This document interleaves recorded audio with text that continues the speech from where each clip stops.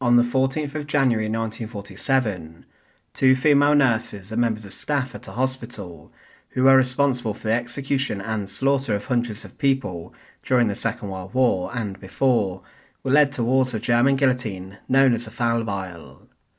The guillotine as an execution method was used during the war by the Nazis to execute those people who were resistors and who defied Hitler's government and his regime, and even a teenager lost his head on it.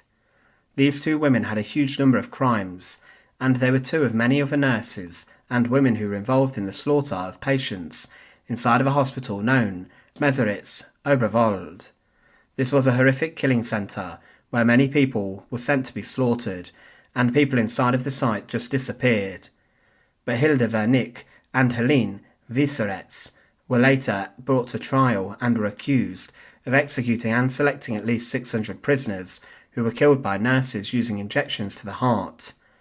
When their hospital facility was liberated, the graves of around 1,000 patients were discovered.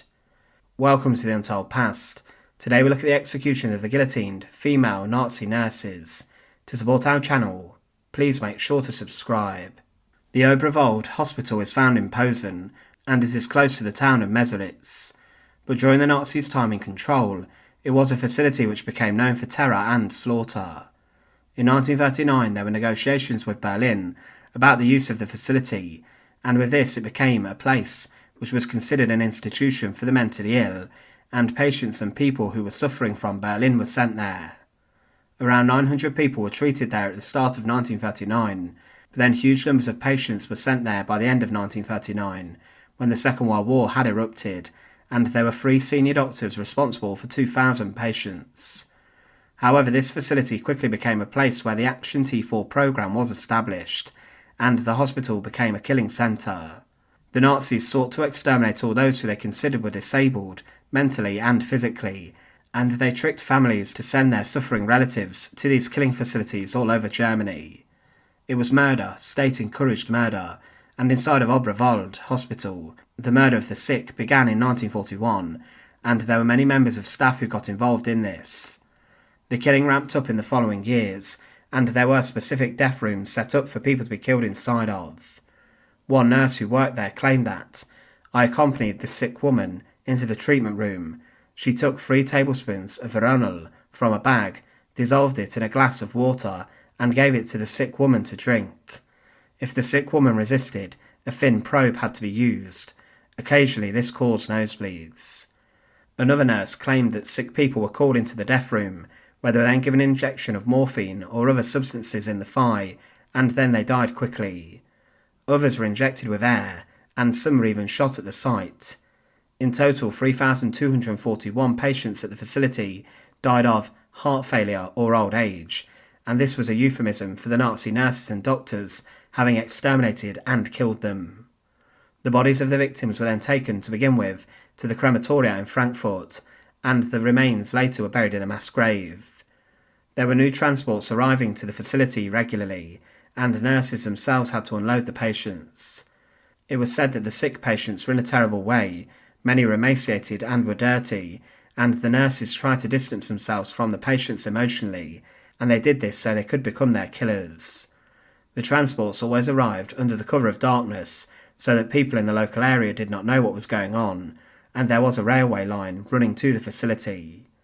There were at least 2 nurses who killed at the time inside the facility, and then a crematoria was constructed inside the hospital to deal with the sheer amount of bodies. It's believed that the number of people slaughtered at the hospital could have been as many as 18,000. There has also been an accusation that some physically or mentally ill German soldiers also became victims of the hospital. The Soviet Red Army approached on the 29th of January 1941, and most of the hospital staff had fled to the west and were staying in hiding near Berlin. A Soviet commissioner investigated the events that took place there, but over the course of the end of the Second World War, there were a number of women who had worked inside of the hospital who were rounded up and were then brought to trial. Dr. Hilde Wernicke was arrested on the 10th of August 1945, along with head nurse Helene Wieczorek. The pair were brought to trial at the Berlin Regional Court for their crimes, and during the trial Wieczorek was implicated in killing hundreds of patients. She claimed that Director Walter Grabowski told us we had to help the senior nurses. It was too much for them. We would also have to give the injections. At first I refused, and he said there was no point in my doing so, because being a civil servant of many years standing, I had to perform my duty, especially in times of war. He added there would be a law stating that the incurably mentally ill persons were to be released from their suffering. I only did my duty, and I did everything on the orders of my superior. Director Walter Grabowski always warned us of the Gestapo. He said he would inform the Gestapo if we did not do what he ordered.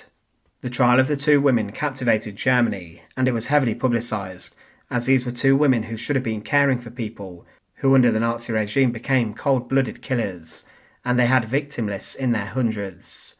There were later other nurses who were brought to trial who worked at Obrawalde, and this included many of their colleagues. One of them claimed about her work under Hilde Wernicke that, through the behaviour of Dr. Wernicke, I realised that incurable patients were to be released by giving them veronal or other medicine. I also declare that I was not informed by Dr. Wernicke or any other persons at the home about euthanasia. I wasn't sworn to secrecy in this respect. I was of the opinion it was to be taken for granted or believed that I would approve of euthanasia. My attitude was, should I become incurably ill, I don't make any distinction between mental or physical illness, I would consider it a release. If a physician or, on the direction of a physician, another person, would give me a dose releasing me from everything. Some of the nurses were later acquitted due to evidence of the court being insignificant. However, Hilde Wernicke and Helene Wieczorek were at the end of the trial in March 1946 sentenced to death for their harrowing actions. They were sent to the Lehrerstrasse prison in Berlin to await their execution.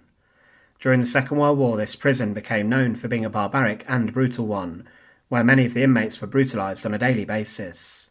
But inside one of the cells, there was an execution chamber where a German guillotine, a metal device known as a Fallbeil, or falling axe, was found. This was a guillotine which was smaller in its size, and the executioners who were in charge of the device were so skilled and quick with it that someone could be dead within 7 seconds of them entering the execution chamber. Both Hilde Wernicke and Helene Wieczorek were locked up in their cells until the time of their execution came on the 14th of January 1947. Both had been sitting on death row for roughly 9 months, and they were fetched quickly to their execution. They were led within minutes of each other into the execution chamber. The executioner and his assistant then secured the former medical staff onto the sliding board, which was then placed under the guillotine blade. The executioner made a few final checks to ensure that the blade was ready to fall correctly, and then when released, the heads of both of the evil women were taken straight off, and they fell into the basket below. Both of the women had no sympathy for the plight of those who they slaughtered through the use of injection and other methods inside the hospital, and they both killed hundreds of victims. This is why they were sent to the guillotine, because they were as cold-blooded in the Nazi killing operations as the men who forced the prisoners into the gas chambers inside the concentration camps, and these women had been ordinary people before the Nazis came into power, but under the cover of Nazism and the Second World War, they became executioners.